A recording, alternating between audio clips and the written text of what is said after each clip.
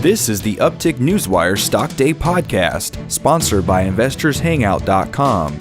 Subscribe to us on iTunes and YouTube to stay up to date on penny stock news and interviews, public information on OTC, pink sheets, and microcap stocks from around the world, with your host, Everett Jolly. On today's show, I'm bringing back a returning guest, and I'll tell you what, I'm super excited about having this gentleman back on my show.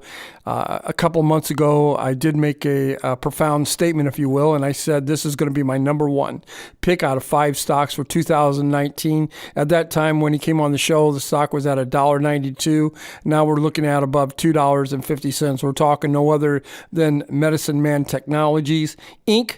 You can find them on the OTCQB under the ticker symbol MDCL. And with us today, we're very fortunate to have him on the show, is the co-founder and CEO and president of the company, Mr. Andy Williams. Andy, welcome back to the show. Thank you, Everett. Thanks for having me back. You're a good prognosticator there. That's a good pick. Well, you know, I picked 5 stocks this year. Yours is the number one. I still think you're still grossly undervalued. Just to give my listeners and maybe some of your investors a little bit of background, in 2016, you guys did $631,000. In 2018, only 3 quarters into it, you did over $7.3 million. That's a big growth.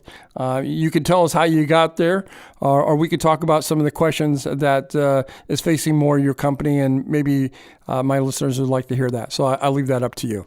Well, I think looking forward is more exciting. Let's do that. So the Senate is working on a bill right now that's going to help. I think it's Senate Bill 19-1090, and it's expected to be signed sometime this month, maybe early next month. That pending, what is that going to do for your industry, and particularly, what is that going to do for your company? Yes, you're talking about a Colorado bill, so it's a state bill, House Bill 19-1090, and this is very exciting for us because this is creating an inflection point in our company, and what it will do. So let me give a little background. Colorado was the first in the country to pass medical marijuana laws as well as recreational laws. And when we created this regulatory structure here, the regulators wanted to have a tight control of the industry. And as such, they made ownership of marijuana licenses in Colorado very restrictive. You had to be a resident for a number of years, and investment in this space has had to come from residents of Colorado as well. And public company ownership of a cannabis license has been prohibited legislatively. And so Colorado, even though is packed full of the most mature operations, best operators, best products in the industry, money flows around the state, investment money, because of those rules. And Colorado is finally coming on board and changing those laws to allow the investment from out of state and out of country even, as well as public company ownership of cannabis licenses. And Medicine Man Technologies is uniquely situated to roll up the best and the brightest of this industry in Colorado and then expand nationally and globally from there. So that's what's going on. So House Bill 1090, like you said, I believe the governor has stated that he'd love to sign it on 420 as a symbolic signing. Well, here's the problem that I find with your industry, and I know that we're in the first and second inning of a 13-inning ball game. One, most of the people in this industry have to pay their employees by cash. They can't open up a bank account. They're restricted to so many different other problems in the industry. When do you see fruition coming through and saying, look, we got to treat these companies like a regular business, tax them like a regular business, and get on with it? Because since they've let marijuana come in Colorado, they have brought in millions and millions of tax dollars that probably went to the general fund, and that's helped out the state of Colorado. You're absolutely right about that. There's been a tremendous amount of tax dollars generated by this industry, probably approaching $750 million. And there are a lot of problems. Employees have a hard time keeping bank accounts open, buying houses, buying cars, because they work for a marijuana company. Now, there are a couple of things. What's going to have to happen for that is that that's not a state issue. That's a federal issue. And so there has to be action taken federally in order to repair that. There are a couple bills that have been talked about recently, have had hearings and whatnot and votes in the Senate and the House. One is the Safe Banking Act, which will provide provisions to give protections to bankers that are banking the marijuana industry.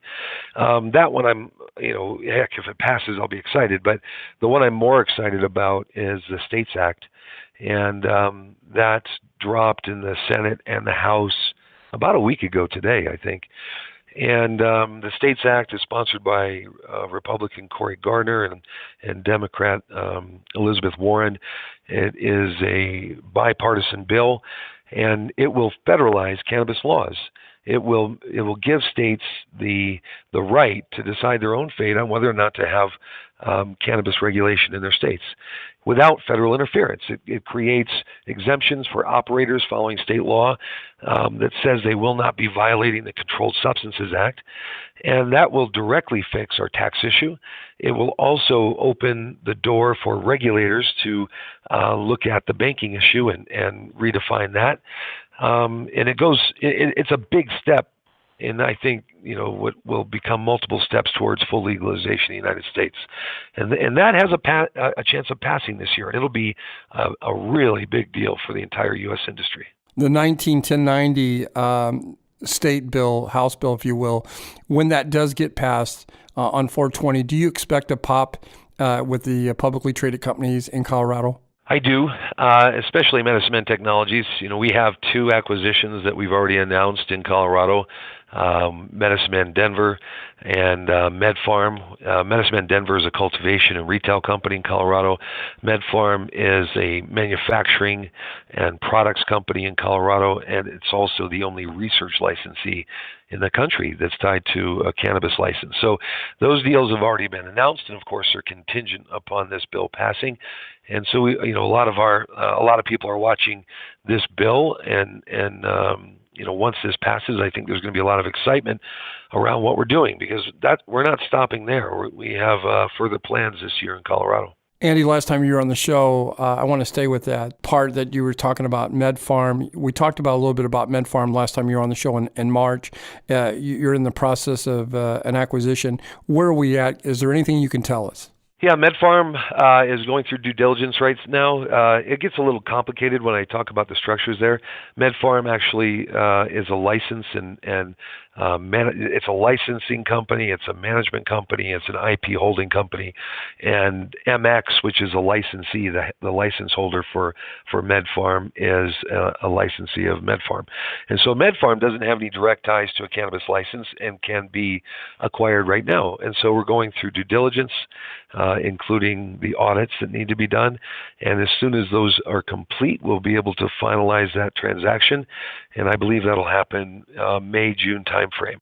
And so we're very excited about that. MedFarm is working on it has a lot of great products and all those things, but also some of the research they're doing is quite exciting. Are they have current revenues, or are they just still in R&D? No, they have current revenues. They started selling products in March of 2017. They're already over a $3 million run rate. I believe the projections show that they'll be over a $6 million run rate by the end of the year. They've just turned cash flow positive, so they're now profitable, and just will continue to grow that. They have a lot of room left to grow, and they're growing fast. But they also have a lot of intellectual property that is quite valuable and creating even more right now. My guest today is Andy Williams. He's the president and CEO, co-founder of Medicine Man Technologies, Inc. Look him up on the OTCQB. To me, it's the number one marijuana stock you want to have in your portfolio. Still very inexpensive here, around the 250 mark. Their ticker symbol is MDCL. In closing, Andy, is there anything that we didn't get a chance to touch upon that you would like to illustrate to your investors and my listeners? Well, since we talked last, our stock was, I think you said $1.92. Yes. I'm looking at it right now, and right now it's at $2.64. We are still, I think, on the very beginning part of our slope upward with the growth that we have anticipated this year. Just for the acquisitions that we have right now under lock and key, you're looking at over a $40 million run rate by the end of the year, up from over a $9 million from the previous year, and that's just with what we've announced so far. So there's a lot of green sky here for us, and I would encourage your viewers, if not to take a position in us, to put us on their watch list. I want to thank you for coming on the show. I'm a big fan of your company and management on your team. I wish you nothing but continued success. Hopefully you'll come back on the show in 30 or 40 days and give myself and listeners an update of what's going on. Will do, Everett. I look forward to it. This program is entirely sponsored and produced by Uptick Newswire, LLC, which is responsible for the content. The opinions and information provided on this program are those of the guests and those of the respective companies they represent, and do not necessarily reflect those of the staff or management of Uptick Newswire. Uptick Newswire encourages all listeners of this program to do their due diligence and research when determining investment strategies that will work for them, or to seek the assistance of an investment professional. The guests of this program may have paid for its distribution and are not directly affiliated with Uptick Newswire or this station.